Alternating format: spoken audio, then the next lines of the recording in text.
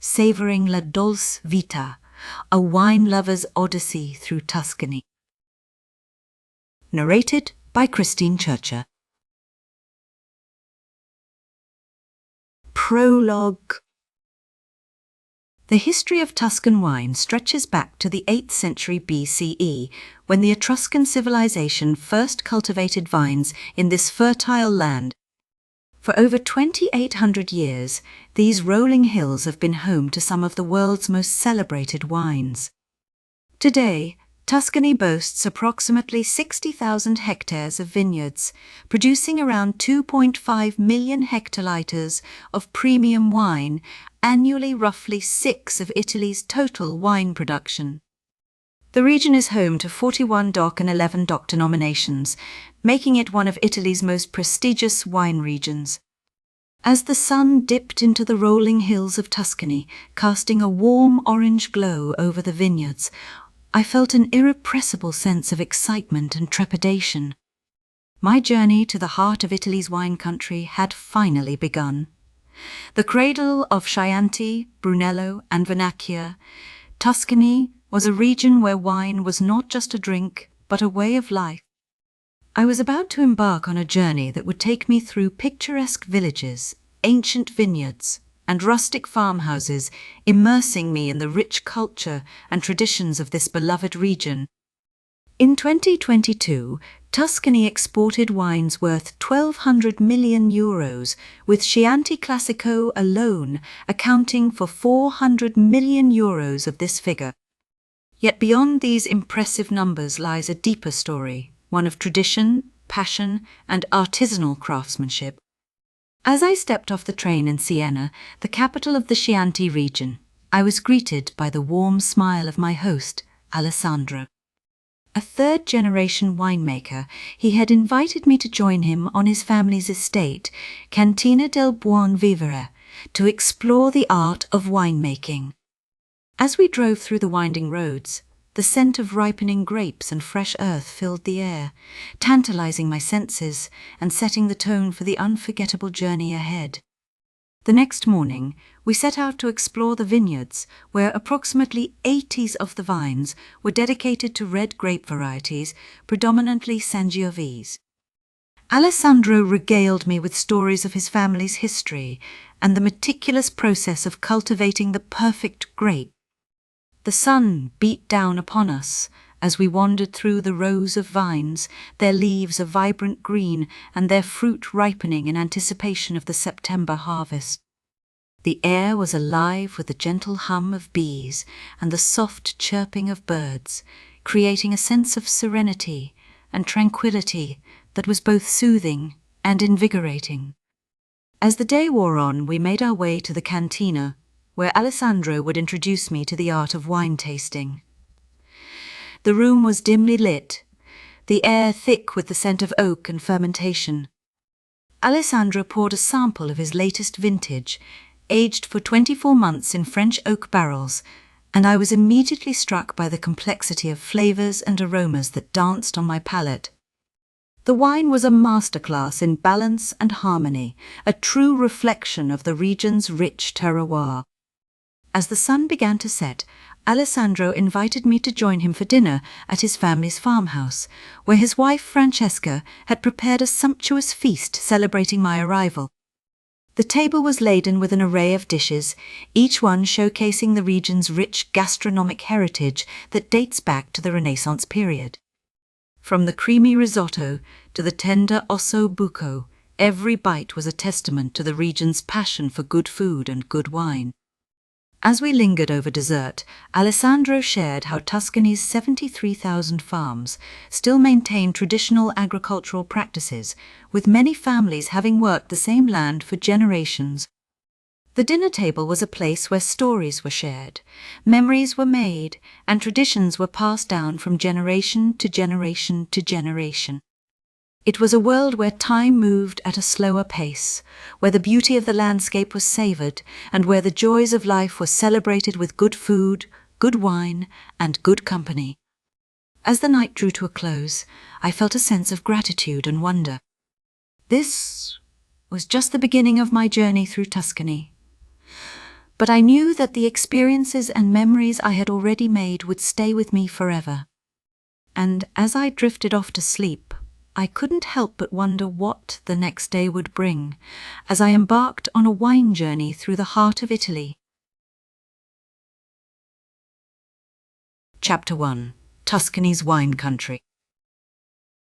Tuscany, Italy's picturesque wine country, has been the cradle of viticulture for over 3 millennia. This region has given birth to some of the world's most renowned wine-producing civilizations, from the Etruscans who first cultivated vines in 800 BCE, to the Romans who developed sophisticated winemaking techniques, and later the Medici dynasty who revolutionized wine production in the Renaissance period. Today, Tuscany's wine industry has blossomed into a thriving economic force, generating over 2.5 billion annually and providing livelihoods for more than 25,000 people across its varied wine regions. The landscape of Tuscan wine has evolved dramatically over the centuries, yet maintained its soul. The region now produces over 2.1 million hectoliters annually, with the vast majority qualifying for the prestigious DOC and DOG certifications. These designations, covering approximately 60,000 hectares of vineyards, represent some of Italy's most valuable wine-producing real estate. From the rolling hills of Chianti to the sun-drenched slopes of Montalcino, each area contributes its unique character to the tapestry of Tuscan wine. Nature has blessed Tuscany with perfect conditions for wine production. The vineyards, scattered across elevations ranging from coastal plains to hillside terraces, benefit from a Mediterranean climate that provides abundant sunshine throughout the growing season. The region's diverse soil composition, rich in limestone and clay, imparts distinct characteristics to the wines. During the growing season, significant temperature variations between day and night help develop complex flavors in the grapes, particularly in the predominant Sangiovese variety. While honoring centuries-old traditions, Tuscan winemakers have embraced the future with open arms. Modern technology now works alongside ancient knowledge, with precision viticulture enhancing rather than replacing traditional methods.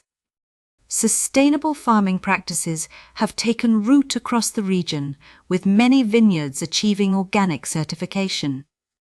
Yet amidst this innovation, the authentic character of Tuscan wines remains steadfast, preserved by families who have worked these lands for generations. The experience of Tuscan wine has transformed beyond simple tastings into immersive journeys through culture and tradition. Visitors can now traverse hundreds of official wine routes, stay in wine-focused accommodations, and dine in restaurants where each dish is carefully paired with local vintages.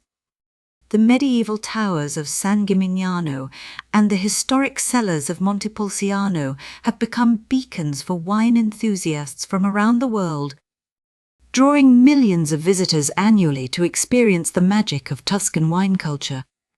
Tuscany stands at the forefront of sustainable wine production in Italy.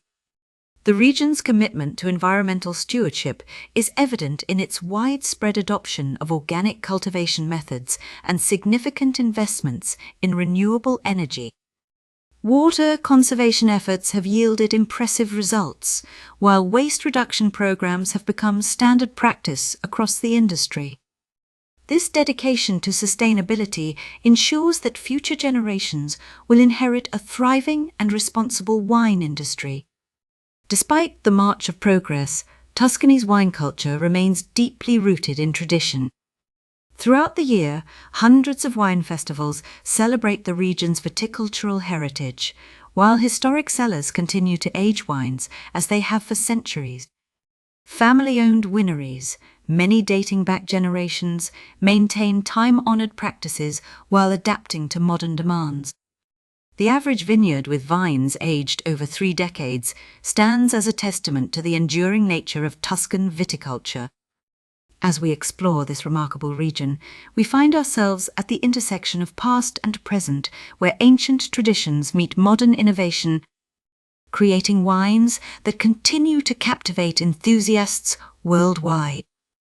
The future of Tuscan wine looks as promising as its storied past, with a new generation of winemakers ready to carry forward this noble tradition while embracing sustainable practices and technological advances. This is not just wine country, it's a living museum of viticulture where every bottle tells a story of tradition, innovation, and passion. As we delve deeper into our journey through Tuscany's wine regions, we'll discover how this remarkable heritage continues to evolve while staying true to its historic roots. Chapter 2: The Rural Italian Lifestyle. The sun-kissed hills of Tuscany, with their undulating rows of vineyards, olive groves, and cypress trees, seemed to stretch on forever as we wound our way through the winding roads. The air was alive with the scent of ripening grapes and the distant sound of laughter and chatter from the villages below.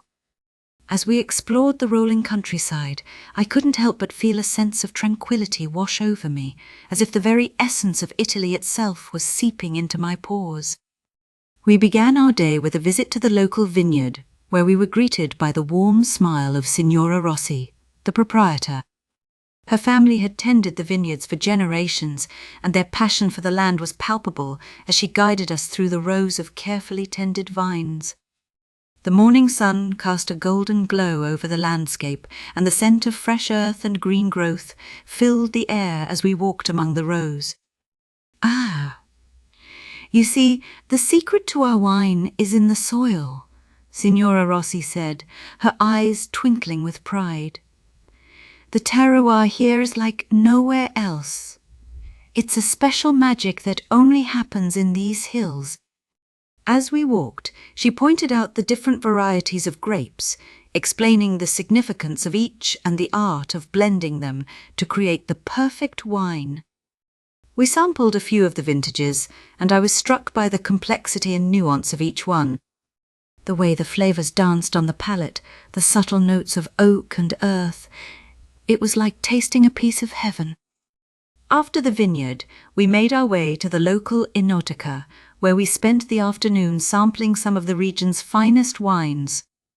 The room was cozy and intimate, with rustic wooden tables and shelves lined with rows of wine bottles. The sommelier, a friendly man named Massimo, greeted us with a warm smile and began to regale us with stories of the region's winemaking traditions. "Ah, yes, the Chianti," he said, pouring us a glass of the famous red wine. "It's like a symphony of flavors. No, the notes of cherry and plum, the hint of spice, it's like a dance on the palate." As we sipped and savored, I couldn't help but feel a sense of awe at the sheer complexity and beauty of wine. The way it seemed to capture the essence of the land, to distill the very essence of Italy itself into a single glass. The evening was filled with the aromas of local cuisine as we made our way to a small trattoria in the heart of the village. The menu was a love letter to the region, with dishes that celebrated the freshest ingredients and the simplest of preparations. We began with a plate of bruschetta, the crispy bread topped with diced tomatoes and basil, and followed it with a hearty serving of ribollita, a rich and creamy soup made with vegetables and bread. As we ate, the conversation turned to the art of cooking and the secrets that lay behind each dish. Signora Rossi's daughter, Sofia, was a talented young chef who had spent years honing her craft in some of the region's top kitchens. She told us of the importance of using only the freshest ingredients, of allowing the flavors to speak for themselves, and of the simple yet profound joy of cooking for others. As the evening drew to a close, we made our way back to the villa, our bellies full and our spirits lifted. The stars twinkled above, and the sound of crickets filled the air as we walked through the quiet streets. It was as if the very essence of Italy had seeped into our pores, leaving us feeling relaxed and rejuvenated. As we settled into our rooms, the sound of laughter and music drifted from the village below, carrying with it the scent of fresh bread and simmering pasta sauces. It was a reminder that, even in the quietest of moments, the rhythm of life in rural Tuscany was always beating strong, pulsing with the energy of the land and the people who called it home. Chapter 3: Chianti Classico. As we meandered through the rolling hills of Chianti Classico, the warm sun beat down upon our skin, casting a golden glow over the vineyards. The air was alive with the sweet scent of ripening grapes, and the soft rustle of leaves carried on the gentle breeze. Our guide, Alessandro, a knowledgeable winemaker from the region, led us on a journey through the heart of Italy's renowned wine country. The vineyards of Chianti Classico were a sight to behold. Row upon row of neatly pruned vines stretched as far as the eye could see, their gnarled trunks a testament to the region's centuries-old viticulture traditions. Alessandro explained that the majority of Chianti Classico vineyards were planted with the native Sangiovese grape, which thrived in the region's limestone-rich soil. The vines were carefully tended by hand, with each row meticulously pruned to ensure optimal yields and flavor profiles. As we explored the vineyards, we gained insight into the meticulous wine production process. Alessandro walked us through the steps involved in crafting Chianti Classico, from harvesting to fermentation. He emphasized the importance of tradition, explaining that each winemaker brought their own unique touch to the process, yet respected the region's long-standing practices. We sampled several wines, each one showcasing the region's distinct flavor profile and aging potential. Over lunch, at a local trattoria, we indulged in a selection of Chianti Classico wines paired with traditional Tuscan dishes. The rich flavors of the wines complemented the bold flavors of the food, showcasing the region's culinary prowess. As we sipped and savored, Alessandro regaled us with stories of the region's history and the evolution of Chianti Classico as a wine. As the sun began to set, we made our way to a local farm, where we were treated to a warm Italian dinner amidst the rustic charm of the countryside. The evening air was filled with the sounds of laughter and conversation as we feasted on homemade pasta, fresh vegetables, and a tender roasted chicken. It was a true taste of La Dolce Vita, the sweet life, as the Italians would say. As the evening drew to a close, we retired to our cozy agriturismo, surrounded by the tranquility of the Tuscan countryside. The scent of freshly harvested grapes wafted through the air, carrying us away on a dreamy journey through the region's rich history and culture. As we drifted off to sleep, the sounds of crickets and distant laughter mingled with the sweet memories of our day in Chianti Classico. As we bid farewell to the region, we left with a deeper understanding of Chianti Classico's wine production, its rich history, and the warm hospitality of its people. The region's beauty, charm, and dedication to tradition had left an indelible mark on our hearts, and we knew that we would return one day to sample more of its renowned wines and experience the magic of Chianti Classico once again. Chapter 4: Brunello di Montalcino. As we ventured into the medieval town of Montalcino, perched high on its hilltop throne, the morning mist slowly lifted to reveal a landscape that has captivated wine lovers for centuries. This small but mighty region, spanning just over 2,000 hectares, produces one of Italy's most prestigious wines, Brunello di Montalcino. The history here runs deep, with the first documented mention of Brunello dating back to the 14th century. Though the modern era of this remarkable wine truly began in 1888 when Ferruccio Biondi Santi isolated the Sangiovese Grosso clone. Our guide, Marco, a third-generation winemaker, led us through the ancient vineyards where the Sangiovese Grosso grapes thrive in the region's unique microclimate. "Here," he explained, gesturing to the reddish-brown soil beneath our feet, "the galestro and limestone-rich earth, combined with our elevation of 500 meters above sea level, creates perfect drainage and stress conditions for the vines." The morning sun cast long shadows across the terraced hillsides, where some vines have stood for over 50 years, their gnarly trunks testament to decades of careful cultivation. In the cool darkness of a historic cellar, Marco shared the secrets of Brunello's distinctive character. "Patience is everything," he whispered, running his hand along a massive oak barrel. "Our wines must age for a minimum of 4 years before release, with at least 2 years in oak and 4 months in bottle." The cellar air was thick with the heady aroma of aging wine, while rows of French oak barrels stretched into the shadows, each containing liquid treasure slowly evolving toward perfection. At the estate's tasting room, sunlight streamed through ancient stone windows as Marco poured our first glass of 2015 Brunello di Montalcino. The wine's deep ruby color caught the light, and its bouquet revealed layers of dark cherries, leather, and subtle spices. "This vintage," Marco explained, "benefited from an exceptional growing season. Notice how the wine opens up with each passing minute, revealing new complexities." We spent hours exploring different vintages, each telling its own story of the land, the weather, and the craftsman's touch. While deeply rooted in tradition, Montalcino's winemakers aren't afraid to embrace innovation. Modern temperature-controlled fermentation tanks gleamed in the sunlight next to century-old wooden fermenting vessels. Solar panels dotted the estate's rooftops, powering state-of-the-art analysis equipment.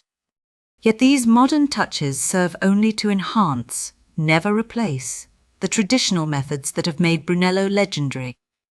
As evening approached, we gathered in the estate's rustic kitchen where Marco's mother, Sophia, had prepared a traditional Tuscan feast. The rich aroma of wild boar rag filled the air as we opened bottles of Brunello from various vintages. Each dish was carefully chosen to complement the wine's aged pecorino with honey, hand-rolled paisi pasta, and bistecca alla fiorentina. The conversation flowed as freely as the wine, with Sophia sharing family recipes passed down through generations. Beyond the technical excellence of its wines, Montalcino captivates visitors with its timeless charm. The medieval streets whisper stories of centuries past, while the warm hospitality of its people creates memories that last a lifetime. In the town square, locals gathered for their evening passeggiata, discussing the day's events over glasses of Brunello at café tables. This is wine country at its most authentic, where tradition and innovation dance together, creating something truly extraordinary. As night fell over Montalcino, the lights of the ancient fortress illuminated the sky, and the sweet scent of jasmine filled the air. We raised our glasses one final time, toasting to the remarkable heritage of Brunello di Montalcino and the dedicated artisans who continue to craft this exceptional wine. In this moment, we understood that Brunello is more than just a wine. It's a testament to the enduring spirit of Tuscan winemaking, a spirit that continues to captivate wine lovers from around the world. Chapter 5. Vernaccia di San Gimignano. As we ventured into the rolling hills of Tuscany, the sun began to set, casting a warm orange glow over the vineyards of Vernaccia di San Gimignano. The air was alive with the sweet scent of ripening grapes, and the sound of cicadas provided a soothing background hum. Our group of wine enthusiasts had been eagerly anticipating this trip for months, and finally we were about to immerse ourselves in the world of Vernaccia di San Gimignano wine. We began our journey in the charming hilltop town of San Gimignano, where the Vernaccia di San Gimignano wine region takes its name. This medieval town is famous for its stunning architecture, with towers reaching towards the sky like giant sentinels. We strolled through the cobblestone streets, taking in the sights and sounds of this quaint town until we arrived at our first winery, Fattoria Poggio Alloro.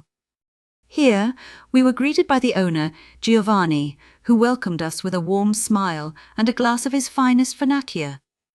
As we sipped the crisp citrusy wine, Giovanni regaled us with stories of the region's history and the struggles of the local winemakers. We learned that Vernaccia di San Gimignano is one of the oldest wine-producing regions in Italy, with evidence of viticulture dating back to the Etruscan era. The next day, we set out to explore the vineyards and learn about the wine production process. We visited several local vineyards, including Fattoria Montecchio and Castello di Poppiano, where we witnessed firsthand the meticulous care and attention to detail that goes into crafting each bottle of Vernaccia. We saw the lush green vineyards, where the Vernaccia grape variety thrived in the region's unique terroir. We learned about the importance of soil composition, sunlight, and temperature in shaping the flavor and character of the wine. We also discovered the traditional methods used by local winemakers, such as hand harvesting and fermentation in oak barrels. As the days passed, we indulged in numerous wine tasting experiences, savoring the complex flavors and aromas of Vernaccia di San Gimignano. We visited wine bars and cellars, where we sampled a range of wines, from crisp and refreshing whites to rich and full-bodied reds. One of the highlights of our trip was a wine and food pairing experience at Ristorante La Fonte, where we enjoyed a carefully curated selection of dishes, each expertly paired with a glass of Vernaccia.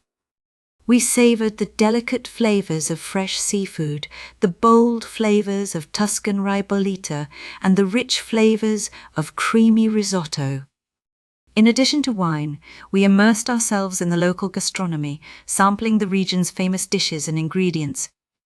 We visited bustling markets, where we discovered an array of artisanal cheeses, cured meats, and fresh produce. We sampled the region's famous Cantucci con Vin Santo, crunchy almond biscuits dipped in sweet Vin Santo wine. We also indulged in the region's famous desserts, such as Cantucci di ricotta, creamy ricotta, filled cookies, and panforte, a rich fruitcake made with nuts, honey, and spices.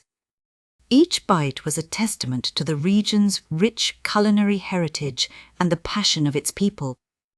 As we explored the Vernaccia di San Gimignano wine region, we caught glimpses of the rural Italian lifestyle, where tradition and modernity coexist in perfect harmony. We saw families gathered around dinner tables, sharing stories and laughter as they savored their meals. We witnessed the vibrant colors of the local festivals, where music and dance filled the air. As the sun dipped below the horizon, we gathered around a roaring fire, sharing stories of our adventures and reflecting on the unforgettable experiences we had shared. The Vernaccia di San Gimignano wine region had stolen our hearts, and we knew that we would return to this enchanting corner of Italy, where the beauty of nature, the richness of culture, and the passion of the people come together in perfect harmony. Chapter 6, Wine Tasting 101. As we stepped into the rustic stone tasting room, the aroma of oak barrels and ripening grapes enveloped us, transporting us to a world of flavors and sensations. Our host, Signora Bianchi, greeted us with a warm smile, her eyes sparkling with the same enthusiasm she had for the art of winemaking. "Benvenuti," she exclaimed. "Welcome to our humble vineyard. Today, we embark on a journey to discover the art of wine tasting." Before we delved into the world of wine tasting, Signora Bianchi took a moment to brief us on the essential terminology. Wine is a language, And understanding its vocabulary is crucial to appreciating its nuances, she emphasized. We scribbled notes as she explained the differences between grape varieties, tannins, acidity, and body. The concept of wine's mouthfeel, the sensation of wine on the palate, was particularly intriguing. It's like a symphony of sensations, she said, the harmony of flavors and textures that create a unique experience. With our new vocabulary in hand, we began our wine-tasting journey. Signora Bianchi presented us with a selection of wines, each with its own unique characteristics. As we poured the first glass, the golden liquid glistened in the sunlight, releasing a subtle bouquet of citrus and stone fruits. The first sip was like a revelation. The flavors danced on our palates, a perfect balance of sweetness and acidity. As we sipped and savored, Signora Bianchi shared the unwritten rules of wine etiquette. When tasting, always swirl the wine to release its aromas, then sniff and sip. Don't rush, take your time to appreciate the complexity of the wine. She demonstrated the proper way to hold the glass, the gentle tilt of the head as we sniffed, and the deliberate pace of the sip. Wine is a sensory experience, and respect for the art of winemaking is essential. As we explored the world of wine, Signora Bianchi introduced us to the rich gastronomy of the region. We savored local specialties, prosciutto-wrapped melon, creamy burrata cheese, and crispy focaccia bread, each expertly paired with a wine that enhanced its flavors. The pairing of a rich oaky Chardonnay with a creamy risotto was particularly memorable. The buttery notes in the wine complement the creaminess of the risotto, creating a harmonious balance, Signora Bianchi explained. After lunch, we ventured out into the vineyard, surrounded by rows of lush green vines that stretched towards the sun. The air was alive with the buzz of bees and the gentle rustle of leaves. Signora Bianchi shared the secrets of her family's winemaking traditions, from the careful pruning of the vines to the art of blending. As we strolled through the rows, the scent of ripe grapes filled the air, a sensory reminder of the labor of love that went into crafting each bottle. As we concluded our wine-tasting journey, Signora Bianchi smiled, her eyes sparkling with satisfaction. Wine is not just a drink, it's an experience that connects us to the land, the people, and the traditions that shape our lives. We left the vineyard with a newfound appreciation for the art of winemaking. Our senses heightened, and our understanding of wine's complexities deepened. The memory of that day would stay with us, a reminder of the beauty and richness that lay just beyond the horizon. Chapter 7. The Winemaker's Story. The early morning mist clung to the Tuscan hillside as Giovanni Bianchi made his way through the ancient vineyard, his weathered hands brushing against the dewy leaves of vines planted by his grandfather. At 72, his steps were slower now, but his eyes retained the sharp clarity that had helped him craft some of Tuscany's most celebrated wines over the past 5 decades. Wine is not made in a year, Giovanni often said, but in generations. His own story began in 1951 in a modest stone farmhouse overlooking the rolling hills of Chianti Classico. His father, Antonio, had inherited these vineyards from his father, who had survived 2 world wars and the devastating phylloxera epidemic that nearly destroyed European viticulture in the late 19th century. As a boy, Giovanni learned the rhythms of the vineyard, the winter pruning, the spring budding, the careful summer tending, and finally, the autumn harvest. His father taught him to read the sky for weather, to feel the soil between his fingers, and most importantly, to listen to the vines themselves. "They speak to us," Antonio would say, "if only we have the patience to hear." The 1970s brought significant changes to Tuscan winemaking. while many of his neighbors rushed to modernize, replacing old vines with new clones and traditional methods with technology, Giovanni chose a different path. He embraced selective innovations while maintaining the soul of traditional winemaking. Under his guidance, the family estate, Podere Bianchi, became known for wines that bridged the gap between old and new. I remember the day we installed our first temperature-controlled fermentation tanks, Giovanni recalled with a slight smile. My father stood in the cellar, shaking his head. But when he tasted the first vintage made with these tanks, he understood.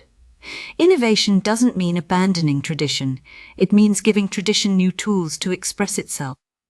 Giovanni's philosophy was simple yet profound. Great wine begins in the vineyard. He spent countless hours among his vines, understanding their needs, their struggles, their triumph. His signature wine, a Chianti Classico Reserva, reflected this intimate knowledge, a complex blend of Sangiovese grapes from different parcels of the estate, each contributing its unique character to the final wine. The 2006 vintage proved to be a turning point.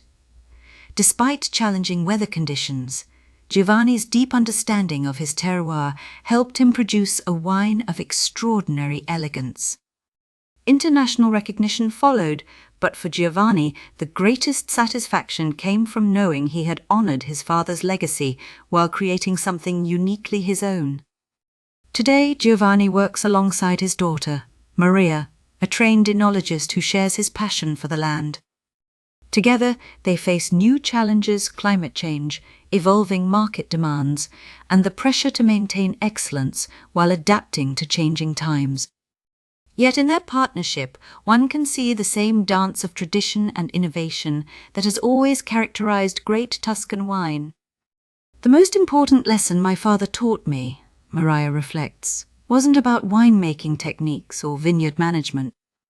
It was about respect for the land, for the vines, for the process itself. Everything else flows from that. As the sun sets over the Tuscan hills, Giovanni sits on his terrace, a glass of his latest vintage in hand. The ruby liquid catches the fading light, and aromas of cherries, leather, and earth rise from the glass. In this moment, he can taste not just the wine, but the story it tells, of generations working the same soil, of knowledge passed down and renewed, of tradition honored and reimagined. Every vintage is a new chapter, he says, watching the shadows lengthen across his beloved vineyards. But the story itself, that's eternal. Like the vines themselves, it grows deeper with each passing year. In the distance, church bells ring out across the valley, and Giovanni raises his glass in a silent toast to the land, to the vines, to the generations past and those yet to come. In this simple gesture lies the essence of Tuscan winemaking, a profound connection to place, a respect for tradition, and an unwavering commitment to excellence that spans generations. As night falls over the estate, the lights of the cantina glow warmly, where Maria is overseeing the evening's work. The cycle continues, the story unfolds, and the legacy of the Bianchi family lives on in every bottle that bears their name. Chapter 8. Tasting Brunello di Montalcino. As we ventured into the heart of the Montalcino vineyards, the scent of ripened grapes and the warmth of the Tuscan sun enveloped us. Our expert guide, Alessandro, welcomed us with a warm smile and led us to the first stop of our wine-tasting journey, the iconic Fattoria dei Barbi winery. The air was alive with the hum of activity as the winemakers busied themselves preparing for the upcoming harvest season. As we stepped into the winery, the rich aroma of oak and fermentation wafted through the air, transporting us to a world of wine. Alessandro introduced us to the estate's winemaker, Giovanni, who proudly shared the winery's history and philosophy. Founded in 1892, Fattoria dei Barbi has been a benchmark for Brunello di Montalcino production, boasting an impressive collection of awards and accolades. Giovanni spoke of the winery's commitment to sustainability, organic practices, and the pursuit of perfection in every bottle. Giovanni guided us through a selection of Fattoria dei Barbi's finest Brunello di Montalcino wines, each carefully crafted to showcase the region's unique terroir. The first wine, a 2015 Brunello di Montalcino, presented itself with a deep ruby red hue and a bouquet of dark fruit, leather, and subtle spice. As we sipped, the wine's rich, velvety texture coated our palates, revealing notes of black cherry, plum, and a hint of tobacco. To further enhance the tasting experience, Giovanni paired each wine with a carefully curated selection of local specialties. For the 2015 Brunello, he recommended a classic pairing, a flavorful, handcrafted pappardelle pasta dish infused with wild boar rag. The wine's bold tannins and fruitiness perfectly complemented the rich, gammy flavors of the pasta, while the subtle acidity cut through the dish's richness. As the sun began to set, we made our way to the nearby town of Sant'Angelo in Colle, where a traditional Tuscan feast awaited us. Our hosts, the Conti family, welcomed us with open arms and a sumptuous spread of local delicacies. The evening's menu featured an array of regional specialties, including creamy risotto alla tartufata, tender bistecca alla fiorentina, and a selection of artisanal cheeses.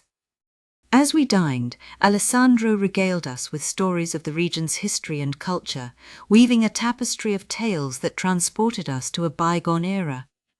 The Conti family's warm hospitality and the evening's lively atmosphere created an unforgettable experience as we savoured each bite and sip, fully immersed in the beauty of Tuscany. As the night drew to a close, we bid farewell to our new friends and made our way back to the winery for a final tasting. Giovanni presented us with a rare, 10-year-old Reserva Brunello di Montalcino, its complex aromas and flavors a testament to the winery's unwavering commitment to excellence. As we sipped the wine, the stars twinkling above, we knew that this day would remain etched in our memories, forever a testament to the power of wine, culture, and community. Chapter 9. Tasting Vernaccia di San Gimignano. Subheading: Unveiling the flavors of Tuscany's iconic white wine. As we ventured into the heart of Tuscany, the rolling hills of San Gimignano's vineyards unfolded before us like a canvas of emerald and gold. Our mission was to delve into the world of Vernaccia di San Gimignano, a white wine renowned for its crisp acidity and subtle notes of white peach, green apple, and honey. We were about to embark on an in-depth exploration of this iconic wine, paired with local gastronomy and set against the picturesque backdrop of rural Italy. Our day began at the esteemed winery of Fattoria San Giusto, where we met our host, Giovanni, a third-generation winemaker with a deep passion for crafting exceptional Vernaccia. As we strolled through the vineyards, Giovanni shared the intricacies of San Gimignano's unique terroir, explaining how the region's limestone-rich soil and Mediterranean climate contribute to the wine's distinctive character. We harvest our grapes in late August, when the fruit is perfectly ripened, Giovanni said, his eyes twinkling with excitement. The resulting wine is crisp and refreshing, with a subtle sweetness that pairs beautifully with local dishes. Our first tasting was a 2018 Vernaccia di San Gimignano, which poured into our glasses with a pale straw color. The aroma was tantalizing, with hints of citrus and stone fruit that teased the senses. As we took our first sips, the wine's acidity and minerality danced on our palates, leaving us eager for more. Notice how the wine's crispness cuts through the richness of the food, Giovanni suggested as he presented a platter of bruschetta topped with fresh tomatoes and basil. The acidity is balanced by the subtle sweetness of the fruit, creating a harmonious pairing. As we savoured the wine, the rustic charm of the Tuscan countryside enveloped us. The warm sun beat down upon us, and the scent of fresh herbs wafted through the air. It was as if the very essence of Italy had been distilled into this moment, where wine, food, and landscape converged in perfect harmony. Subheading: A Culinary Journey Through San Gimignano's Flavors. After our wine tasting, we embarked on a culinary journey through San Gimignano's gastronomic treasures. Our first stop was the local specialty, pappardelle al cinciale, a hearty pasta dish featuring wild boar rag and served with a sprinkle of Parmesan cheese. The rich flavors of the rag were expertly balanced by the wine's acidity, while the pasta's delicate texture provided a satisfying contrast. Next, we visited the historic center of San Gimignano, where we indulged in a decadent gelato-making demonstration. As we watched the artisanal process, the aroma of sweet cream and fresh mint wafted through the air, tantalizing our taste buds. A sample of the freshly made gelato, flavored with the region's prized saffron, left us in awe of the town's culinary prowess. Subheading: Wine and Food Pairing, a match made in heaven. As the sun began to set, we gathered around a rustic table in the vineyard's courtyard, surrounded by rows of neatly trimmed vines. Giovanni presented a selection of artisanal cheeses, including a rich pecorino romano and a creamy burrata, paired with a 2015 Vernaccia di San Gimignano Reserva. The Reserva is our flagship wine, aged for 12 months in oak barrels to develop a subtle complexity, Giovanni explained. The wine's crisp acidity cuts through the richness of the cheese, while the oak notes enhance the wine's subtle fruitiness. As we savoured the pairing, the warm evening air was filled with the sounds of crickets and the distant hum of a vespa. It was as if the entire town had conspired to create the perfect atmosphere for our wine and food pairing experience. Subheading: The Art of Winemaking, a tradition passed down. As the stars began to twinkle in the night sky, we returned to the winery to learn about the art of winemaking from Giovanni's father, the winery's patriarch. With a twinkle in his eye, he regaled us with stories of the family's winemaking traditions, passed down through generations. The secret to our Vernaccia is the love and care we pour into every step of the process, he said, his voice filled with pride. From pruning to harvesting to fermentation and aging, every detail is crucial in crafting a wine that honors our family's heritage. As we bid farewell to Giovanni and his family, we left San Gimignano with a deeper understanding of the region's winemaking traditions and a newfound appreciation for the art of pairing wine with local cuisine. The memories of our in-depth wine tasting experience would linger, much like the subtle notes of white peach and honey in the wine itself, reminding us of the magic that unfolds when wine, food, and landscape converge in perfect harmony. Chapter 10: Tuscan Cuisine. As we ventured deeper into the heart of Tuscany, the aromas of freshly baked bread, roasting meats, and simmering sauces wafted through the air, beckoning us to explore the rich culinary landscape of this picturesque region. Tuscan cuisine, like the land itself, is a harmonious blend of simplicity, elegance, and tradition. It is a reflection of the region's history, culture, and geography, shaped by the rolling hills, cypress-lined roads, and medieval towns that dot the landscape. Tuscan cuisine is built around a few simple yet essential ingredients: olive oil, garlic, onions, tomatoes, beans, and bread.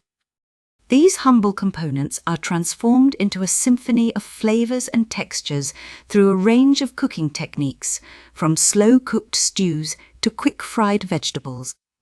The art of Tuscan cooking lies in its ability to coax the best from each ingredient, allowing the natural flavors to shine through. No Tuscan meal is complete without a generous helping of bread, often served with olive oil, salt, and a sprinkle of coarse black pepper. The region's famous bread, known as pane toscano, is a dense, crusty loaf that is perfect for sopping up sauces and soups. Another staple is the humble cannellini bean, which is used in a variety of dishes, from soups to stews to salads. As we sipped our way through the region's renowned wines, we discovered that Tuscan cuisine is often paired with some of the world's most iconic vintages. Chianti, Brunello, and Vernaccia are just a few of the many varietals that have earned Tuscan wine its reputation as one of the world's greatest. Whether sipped on its own or paired with a rich, slow-cooked rag, Tuscan wine is an integral part of the region's culinary identity. We spent a day in the kitchen with Chef Alessandro, a third-generation Tuscan chef who has spent his life mastering the art of traditional Tuscan cooking. From the early morning, when he began preparing the day's ingredients, to the evening, when he served up a feast fit for kings and queens, we witnessed the dedication and passion that goes into creating each and every dish. As we watched him chop, saute, and simmer his way through the day, we gained a deeper appreciation for the skill and artistry that goes into Tuscan cuisine. As the sun began to set over the rolling hills, we gathered around the table to enjoy a feast that would be remembered for a lifetime.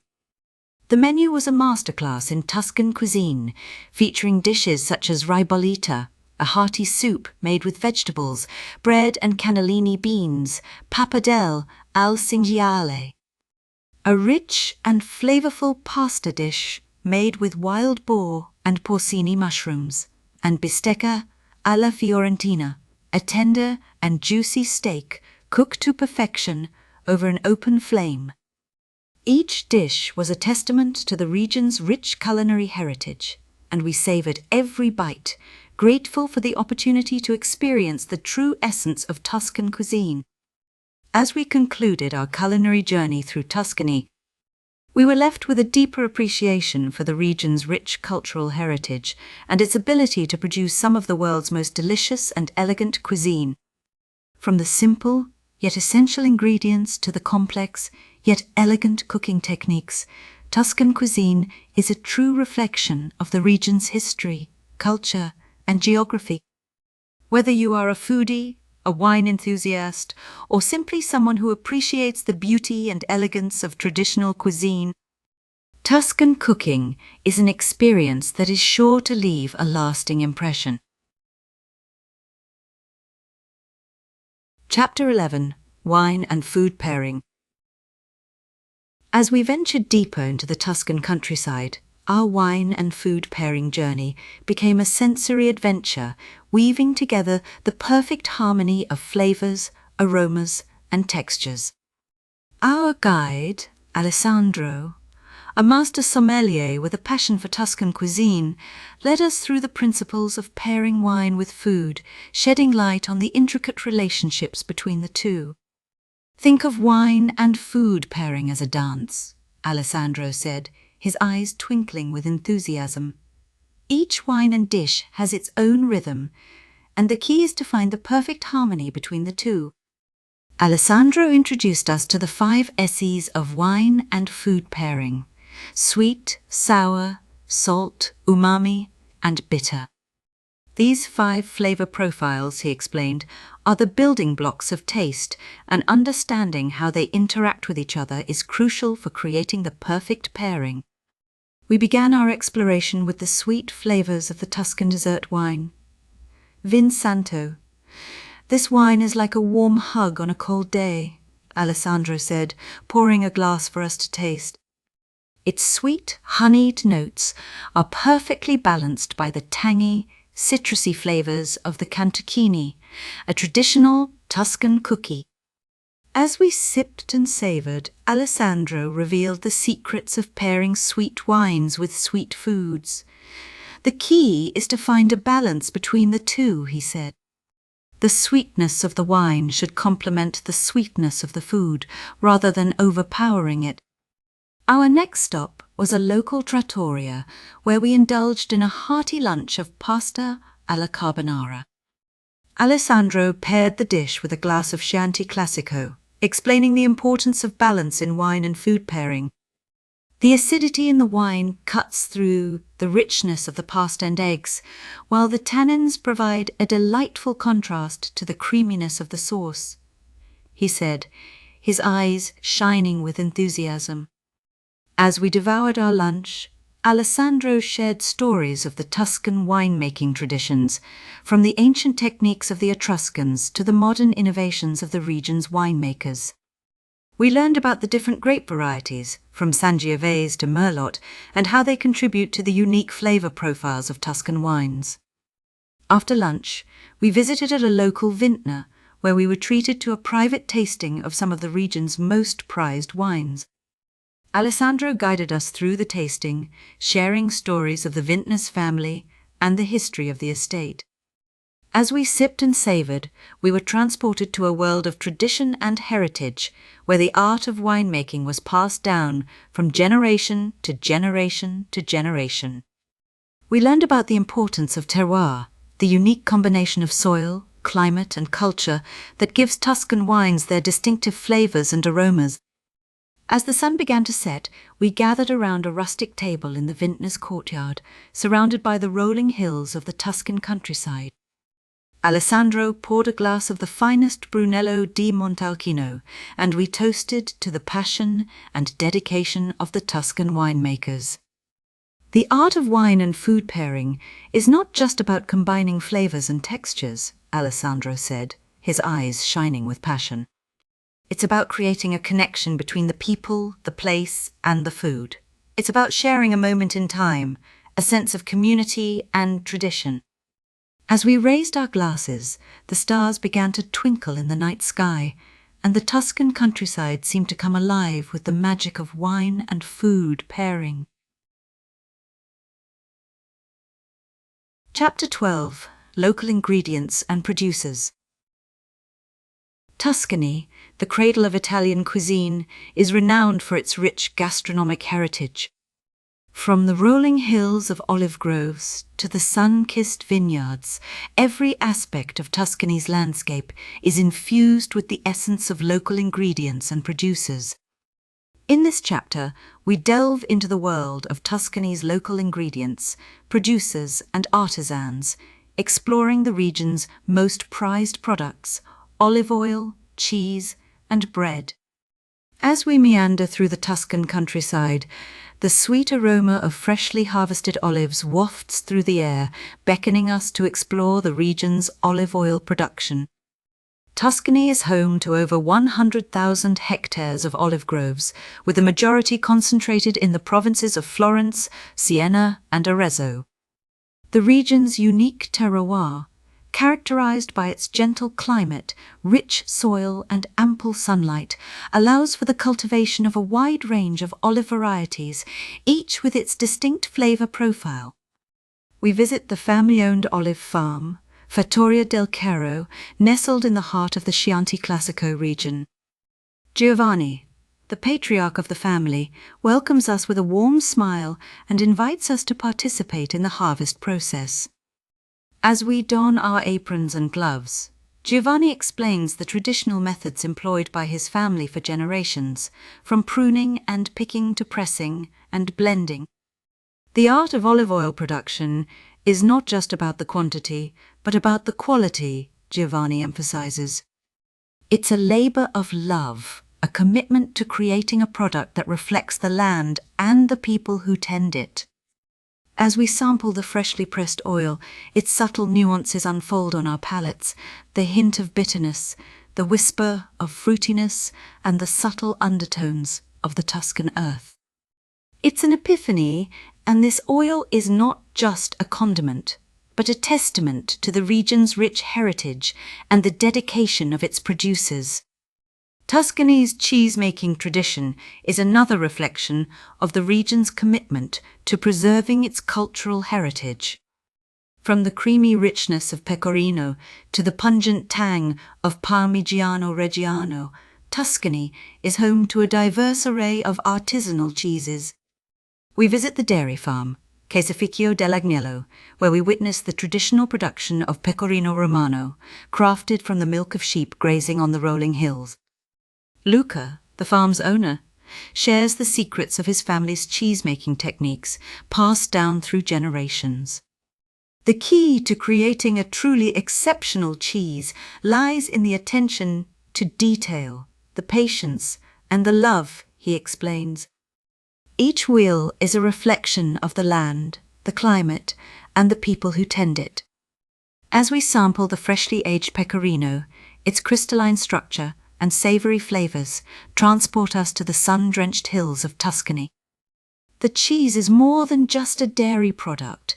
It's a symbol of community, tradition, and the region's unwavering commitment to quality. Tuscan bread is an integral part of the region's gastronomic identity. From the crusty ciabatta to the rustic schiacchiata, each variety is a reflection of the region's artisanal traditions. We visit the local bakery, Forno di San Gimignano, where we witness the ancient process of bread making passed down through generations. Piero, the bakery's owner, greets us with a warm smile and invites us to participate in the baking process. As we knead the dough, Piero shares the secrets of his family's recipes, crafted from the finest ingredients and infused with the love and care of the artisans. The art of bread making is not just about the ingredients, but about the story behind each loaf, Piero emphasizes. Each piece is a reflection of our heritage, our traditions, and our community. As we sample the freshly baked bread, its crispy crust and soft interior transport us to the heart of Tuscan cuisine. It's a culinary experience that transcends mere sustenance. It's a celebration of life, community, and the region's unwavering dedication to its gastronomic heritage. Tuscany's local ingredients, producers, and artisans are the beating heart of the region's gastronomic identity. From the golden nectar of olive oil to the golden wheels of cheese, each product is a reflection of the region's commitment to quality, tradition, and community. As we conclude our exploration of Tuscany's local ingredients and producers, we are left with a deeper appreciation for the region's rich heritage and a sense of connection to the people who tend the land. Chapter 13. The Winemaker's Story. Giovanni Bianchi's hands moved deftly among the rows of Sangiove's vines, his eyes scanning the lush green foliage as if searching for hidden secrets. The sun beat down upon his weathered face, etched with the lines of a life spent outdoors. A gentle breeze carried the sweet scent of ripening grapes, mingling with the earthy aroma of the Tuscan soil. This was his domain, his passion, his life's work. Giovanni's story began in the small village of San Gimignano, where his family had tended the vineyards for generations. From a young age, he had learned the art of winemaking from his father, a master vintner with a deep understanding of the land and its rhythms. Giovanni's fascination with the winemaking process only grew stronger with each passing year, until he decided to strike out on his own, establishing his own winery in the rolling hills of Tuscany. Giovanni's motivations were twofold. Firstly, he was driven by a desire to create wines that would honor the traditions of his ancestors while also pushing the boundaries of innovation. He believed that the art of winemaking was not just about producing a good bottle of wine, but about capturing the essence of the land itself. His wines were a reflection of the terroir, the unique combination of soil, climate, and culture that gave Tuscan wines their distinct character. Secondly, Giovanni was motivated by a sense of responsibility to the land and the people who worked with him. He saw his winery as a haven, a place where he could bring together like-minded individuals who shared his passion for the land and its bounty. He believed that by working together, they could create something truly special, a wine that would not only delight the palate, but also bring people together. Giovanni's journey was not without its challenges. The unpredictable Tuscan weather, with its sudden rainstorms and sweltering heat waves, tested his patience and skill as a winemaker. Then there were the economic pressures, the constant struggle to balance the books and stay afloat in a competitive market. And finally, there were the personal struggles, the weight of responsibility, and the pressure to live up to his own high standards. Despite these challenges, Giovanni remained steadfast in his commitment to his craft. He was a man of conviction, driven by a deep sense of purpose and a love for the land. His wines were a reflection of his character, a testament to his perseverance and dedication. As the sun began to set over the vineyards, Giovanni made his way back to his winery, his mind whirling with thoughts of the day's events. He had spent the morning tasting his latest vintage, a rich and full-bodied Chianti Classico that had impressed even the most discerning palates. Now he was preparing for the evening's wine tasting, a special event that would bring together some of the region's most renowned wine experts. As he entered the winery, Giovanni was greeted by the familiar scent of oak and fermentation. The air was thick with the smell of wine, a heady aroma that filled his senses and transported him back to his childhood. He made his way to the tasting room, where his team was busy setting up the tables and pouring glasses of wine. The evening was a resounding success, with the guests praising Giovanni's wines for their complexity and depth.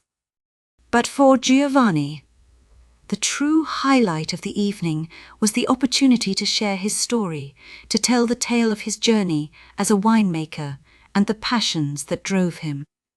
It was a moment of pure joy, a feeling of connection and camaraderie that he cherished deeply. As the evening drew to a close, Giovanni made his way back to his small cottage, nestled among the vineyards.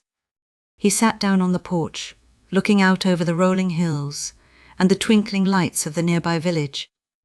It was a moment of quiet contemplation, a time to reflect on the day's events and the journey that lay ahead. In that moment, Giovanni knew that he had found his true calling, his purpose in life. He was a winemaker, a guardian of the land and a craftsman of the finest wines. And as he sat there, surrounded by the beauty of the Tuscan countryside, he knew that he would continue to pour his heart and soul into his craft, creating wines that would bring joy and delight to all who tasted them. Chapter 14. The Wine Critic's Journey. As the sun rises over the rolling hills of Tuscany, a sense of excitement and trepidation washes over Emilia Rossini, a renowned wine critic. She has spent years honing her palate and developing a reputation as one of the most discerning wine connoisseurs in the world. Yet, as she steps out of her villa and into the crisp morning air, she can't help but feel a sense of uncertainty about her latest assignment. Emilia's editor has sent her to the picturesque town of San Gimignano, nestled in the heart of Chianti Classico, to review the latest vintages from the region's top producers. The assignment is a daunting one, as Emilia must navigate the complexities of the wine world, tasting some of the most exquisite and exclusive wines in the world, all while maintaining her professional objectivity. Born and raised in Rome, Emilia's love affair with wine began at a young age. Her parents, both wine enthusiasts themselves, would often host dinner parties where Emilia would sit at the table, mesmerized by the way a perfectly paired wine could elevate the flavors of a dish. As she grew older, Emilia's fascination with wine only deepened, and she began to study the subject in earnest, eventually earning a degree in enology from the University of Florence. As Emilia arrives in San Gimignano, she is struck by the town's stunning beauty. The medieval architecture, the terracotta rooftops, and the winding streets all seem to whisper secrets of the past. She checks into her hotel, a charming boutique establishment run by a delightful couple, Luca and Francesca, who welcome her with open arms and a glass of their own exceptional Chianti. Emilia's first tasting is at the renowned Castello di Ama, a centuries-old estate that has produced some of the world's most iconic wines. As she sits down at the tasting table, surrounded by the estate's owners and winemakers, she is struck by the gravity of the moment. She knows that the wines she is about to taste will be some of the most exquisite she has ever had the pleasure of reviewing. As Emilia begins her tasting, she is faced with a series of challenges. The wines are complex, nuanced, and expertly crafted, but she must also navigate the sometimes tense relationships between the winemakers and the critics. She must also contend with her own biases and preferences, all while maintaining her professional objectivity. Over the next few days, Emilia will visit some of the region's most esteemed wineries, tasting some of the world's most exceptional wines. She will also have the opportunity to explore the local gastronomy, from the region's famous ribollita to the art of making fresh pasta. Through it all, she will be forced to confront her own strengths and weaknesses as a wine critic, and to question whether she is truly able to separate her personal biases from her professional critiques. As Emilia's journey comes to a close, she is left to ponder the lessons she has learned. She realizes that being a wine critic is not just about tasting wine, but about understanding the people, the culture, and the history that goes into creating something truly exceptional. She knows that she has been given a rare gift, the opportunity to experience the world's most extraordinary wines, and she is determined to use that gift to share her passion with the world. Chapter 15. The Local's Perspective. As I stepped out of my stone-crafted villa, the warm Tuscan sun caressed my weathered skin, a gentle reminder of the simple pleasures in life. I, Giovanni, had lived in this charming hilltop town, Castello di Panzano, for as long as I could remember. The rustic charm of our little community was woven into the very fabric of my being. I knew every nook, every cranny, and every story that whispered through the ancient stone walls. My family's history was deeply rooted in this land. My ancestors had tilled the vineyards, harvested the grapes, and crafted the wine that would be served at the tables of the nobility. I, too, had followed in their footsteps, dedicating my life to the art of winemaking. The traditions passed down through generations had become an integral part of my identity. I took pride in every bottle I produced, knowing that it would bring joy to those who sipped it. But the world was changing, and with it, the way people consumed wine. The global market was flooded with mass-produced, generic vintages, making it difficult for small, family-owned vineyards like mine to compete. The younger generation was abandoning the land, seeking fortunes in the cities. I worried about the future, wondering if I would be able to pass on the family legacy to my own children. The arrival of foreigners in our quiet town had brought a new kind of excitement. They came seeking the authentic, the genuine, and the old-world charm that only Tuscany could offer. Some were wine enthusiasts, others seekers of a slower pace of life. I observed them with curiosity, wondering what they saw in our humble town. Were they drawn to the beauty of the landscape, the warmth of our people, or the allure of the unknown? One evening, as I was preparing for the evening's wine tasting, I received a visit from a young couple, Emma and Michael. They had been exploring the vineyards, searching for the perfect wine to complement their dinner. I invited them to join me in my cellar, where I shared the stories of our family's history and the secrets behind my finest vintages. As we sipped and savored, I watched them relax, their faces reflecting the joy and satisfaction that only a well-crafted wine could bring.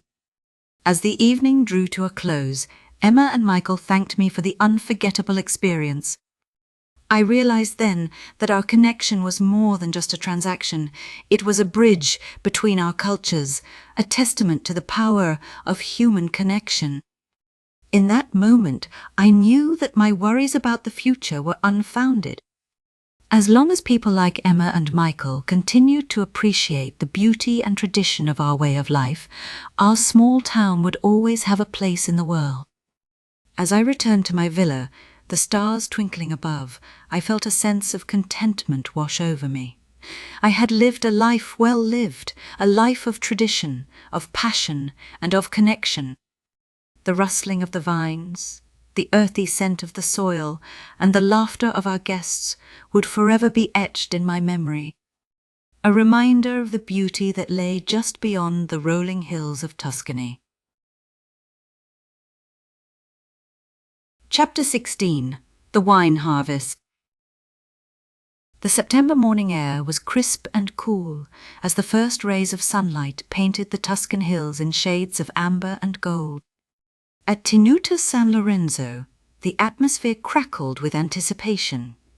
It was the first day of Vendemmia, the grape harvest that would determine the fate of an entire year's work. The sweet fragrance of perfectly ripened Sangiovese grapes hung heavy in the morning mist, promising a vintage of exceptional quality.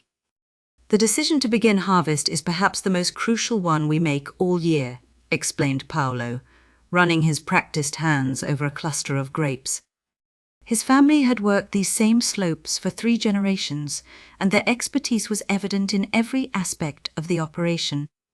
Using a refractometer, he demonstrated how they measure the grape's sugar content, aiming for the perfect balance between sweetness and acidity. "But numbers tell only half the story," he smiled, popping a grape into his mouth. "The rest comes from experience, from knowing your terroir, your vines, your weather patterns."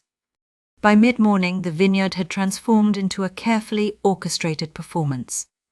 Teams of workers moved rhythmically through the rows, their practiced hands selecting only the perfectly ripe clusters. The snip of secateurs and the soft thud of grapes, falling into wicker baskets, created a gentle percussion, accompanied by snatches of conversation and occasional laughter. Each picker knew their role in this ancient dance, performing it with a grace that came from years of experience. While much of the harvest still relied on traditional hand-picking methods, Paolo had selectively incorporated modern techniques where appropriate. Small tractors navigated the narrower rows, collecting filled crates and delivering them promptly to the sorting tables.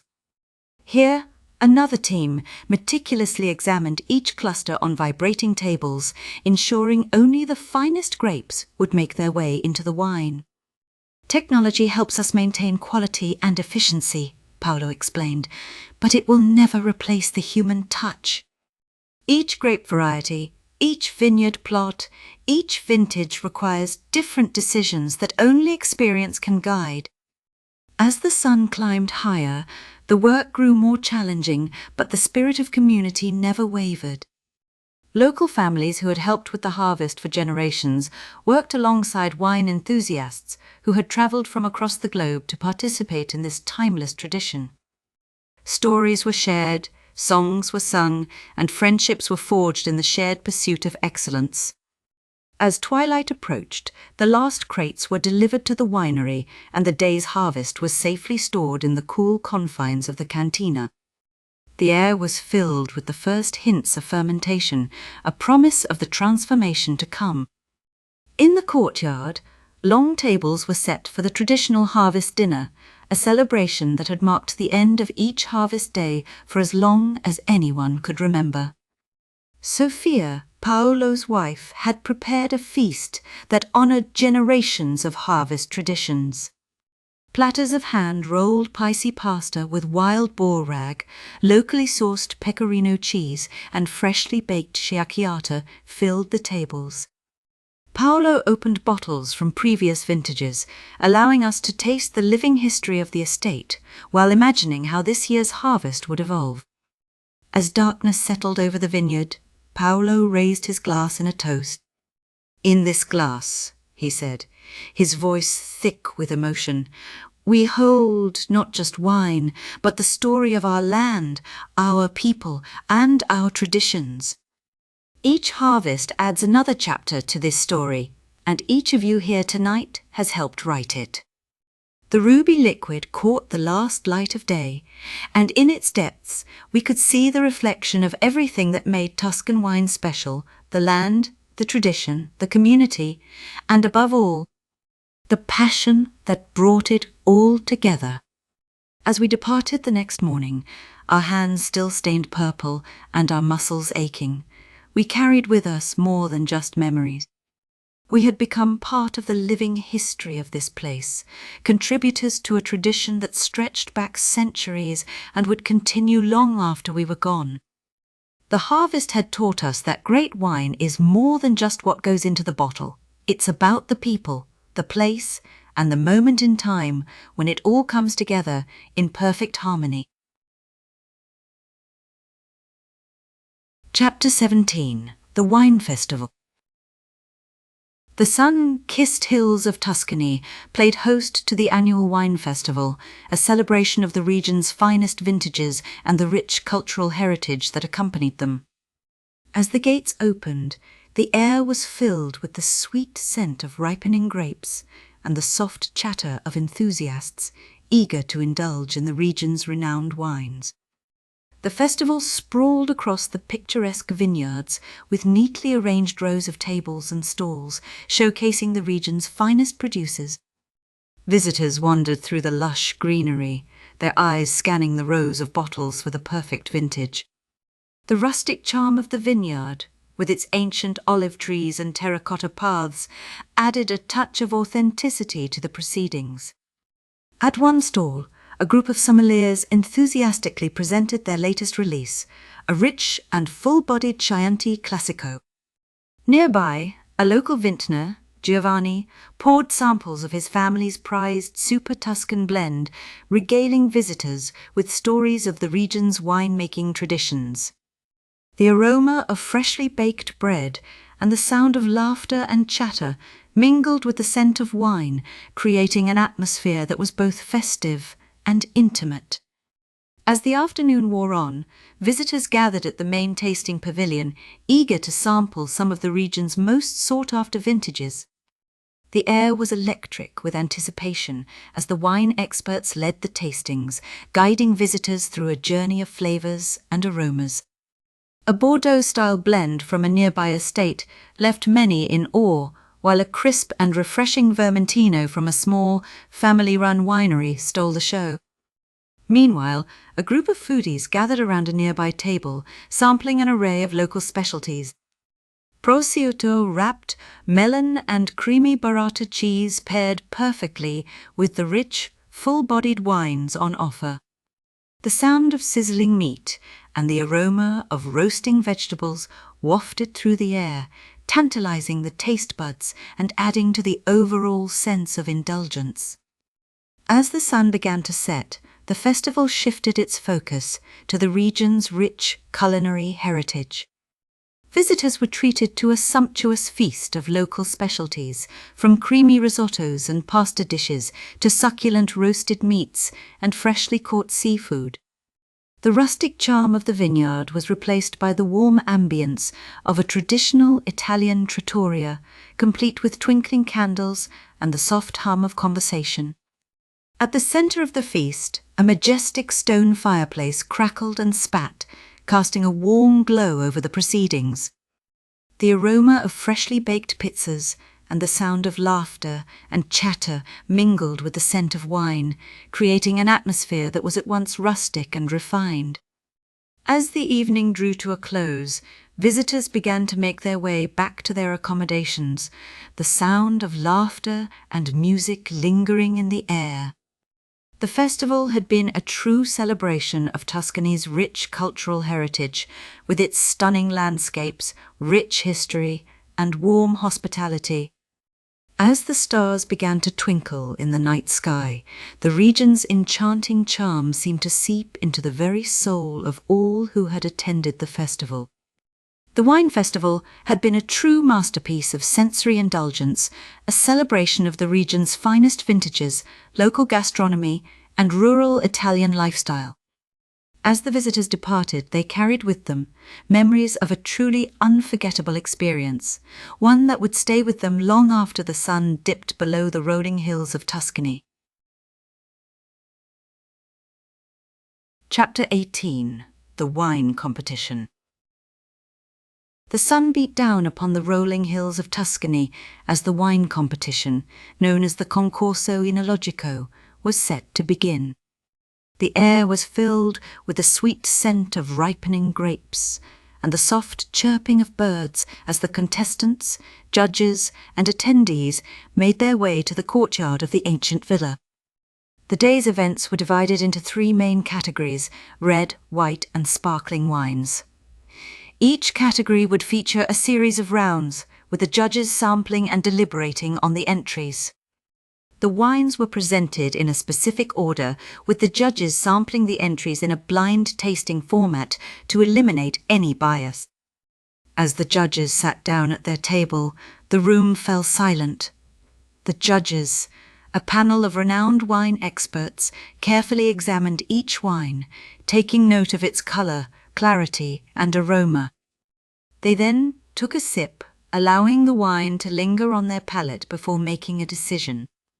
After hours of deliberation, the judges finally announced the winners. In the red wine category, a small, family-owned vineyard from the hills of Chianti took top honors. Their 2015 Chianti Classico Reserva, made from a blend of Sangiovese, Merlot, and Cabernet Sauvignon, impressed the judges with its rich, full-bodied flavor and smooth finish. In the white wine category, a winery from the coastal region of Bolsheri took first place. Their 2017 Vermentino, made from the Vermentino grape, showcased a crisp, refreshing flavor with hints of citrus and herbaceous notes. The sparkling wine category saw a winery from the town of Prosecco take top honors. Their 2018 Prosecco Superior, made from the Glera grape, impressed the judges with its delicate floral aroma and elegant persistent foam. As the winners were announced, the losers began to pack up their remaining entries, their faces a mix of disappointment and determination. For many, this was not the end of their winemaking journey, but rather a chance to learn and improve for next year's competition. As the attendees filed out of the courtyard, the sounds of laughter and conversation filled the air. The atmosphere was lively and festive, with many of the attendees already looking forward to next year's competition. As the sun began to set over the Tuscan hills, the wine competition came to a close. The winners had been announced, and the losers had been left to ponder what they could do better next year. But for all, the experience had been a valuable one, offering a chance to learn, grow, and appreciate the art of winemaking in one of the world's most renowned wine regions.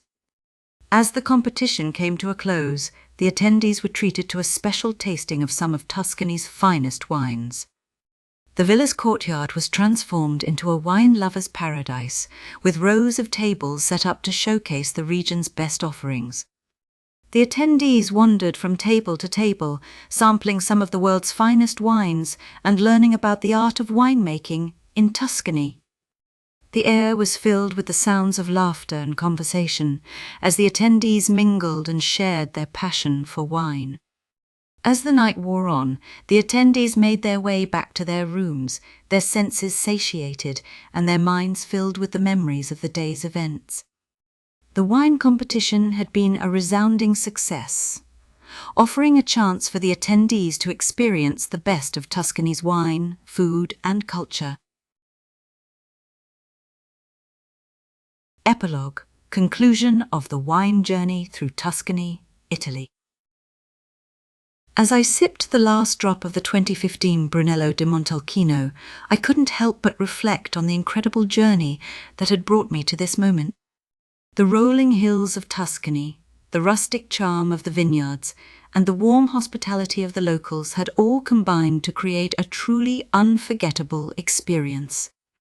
As I looked out at the sun-kissed vines, I was struck by the realization that the art of winemaking was not just about producing a great wine, but also about preserving tradition, respecting the land, and cultivating community.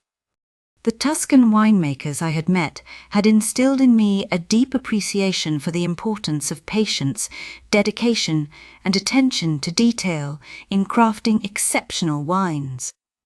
The local cuisine had been a constant source of delight, with its bold flavors, hearty portions, and emphasis on fresh, seasonal ingredients. From the rich pasta dishes to the simple yet flavorful bruschetta, every meal had been a celebration of the region's rich gastronomic heritage.